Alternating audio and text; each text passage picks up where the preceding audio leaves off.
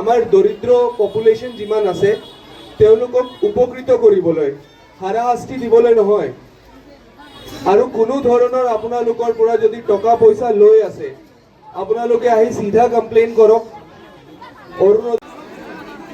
যারা বুঝে নাই তারা হাত তোলেন তো, যারা বুঝে নাই তারা হাত তোলেন। তাহলে সবাই বুঝছে। আমার চিনি না ভাই,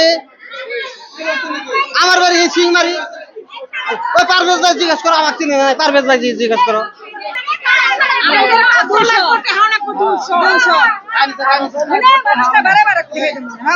ৰাইজৰ অভিযোগে আমাৰ আমচুৰ অভিযোগ, ৰাইজৰ সমস্যা আমচুৰ সমস্যা। গতিকে আমি ছাত্ৰ সংগঠন হিচাপে ৰাইজৰ সমস্যাখিনি বুজিব লাগিব, ক'ব লাগিব। ইয়াতে হেজাৰ হেজাৰ ৰাইজ আছে, কোনো মানুহৰ কথা ইয়াতে শুনিবলৈ ইচ্ছুক নাই। গতিকে ইয়াতে যে মানুহৰ এই অফিচত বহি প্ৰথম দিনাৰ পৰাই 20 টকা কৰি লৈছে, 20 টকা এটা কৰি লৈছে, এইটো কিহৰ টকা? আৰু আজিও আমাৰ চকুৰ সন্মুখতে ইয়াতে 100 টকা কৰি লৈ আছে। এপ্লাই কৰিবলৈ অনলাইন তাতে 100 টকা কৰি লৈ আছে অফিচত বহি, কাৰ্যালয়ত বহি। গতিকে ৰাইজে আজি চৰ্ট চাপৰিৰ পৰা মানুহ আহিছে এটা ইনকাম চাৰ্টিফিকেটৰ কাৰণে।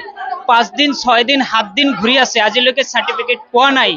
আৰু যিহঁতে 7 দিন আগত জমা দিছে এওঁলোকে পোৱা নাই, অথচ কাইলৈ জমা দিয়ে সেই মানুহখিনি পাইছে, যোৱাকালিৰ আগদিনা জমা দিছে সেই মানুহখিনি পাইছে।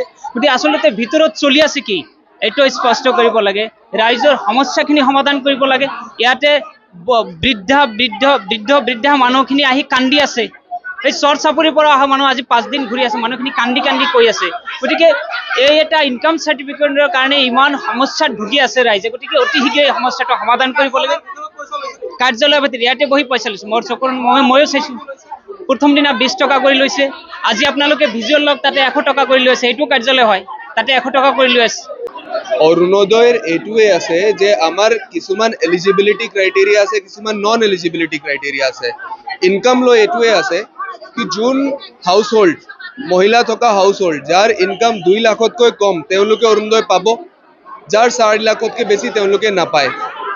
তো এইটোৰ কাৰণে আমি যোনটো ডকুমেণ্টছখিনি লাগে সেই ডকুমেণ্টখিনি পলিং ষ্টেচন ৱাইজ যোন কমিটি বনিছে সেই কমিটিত এপ্লিকেশ্যনছখিনি যাব লাগে।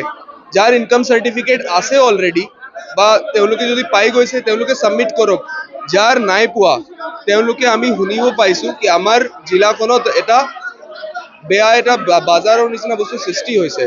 তো মই আপোনালোকৰ যোগেদি ৰাইজক এইটোৱে ক'ম কি চৰকাৰে আপোনালোকক অৰুণোদয়টো পইচা আপোনালোকক উপকৃত কৰিবলৈ এটা দি আছে, আপোনালোকে কাকো পইচা দিব নালাগে।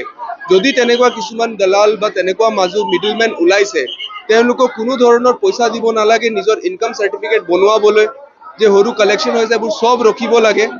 তেওঁলোকে নিজৰ এপ্লিকেশ্যনছখিনি ছাবমিট কৰক পলিং ষ্টেচন ৱাইজ যোনটো গ্ৰাম সভা হৈ আছে সেই কমিটিত, সেই কমিটিয়ে চাব এপ্লিকেশ্যন কোনখিনি জেনুইন হয় কোনখিনি নন জেনুইন হয়।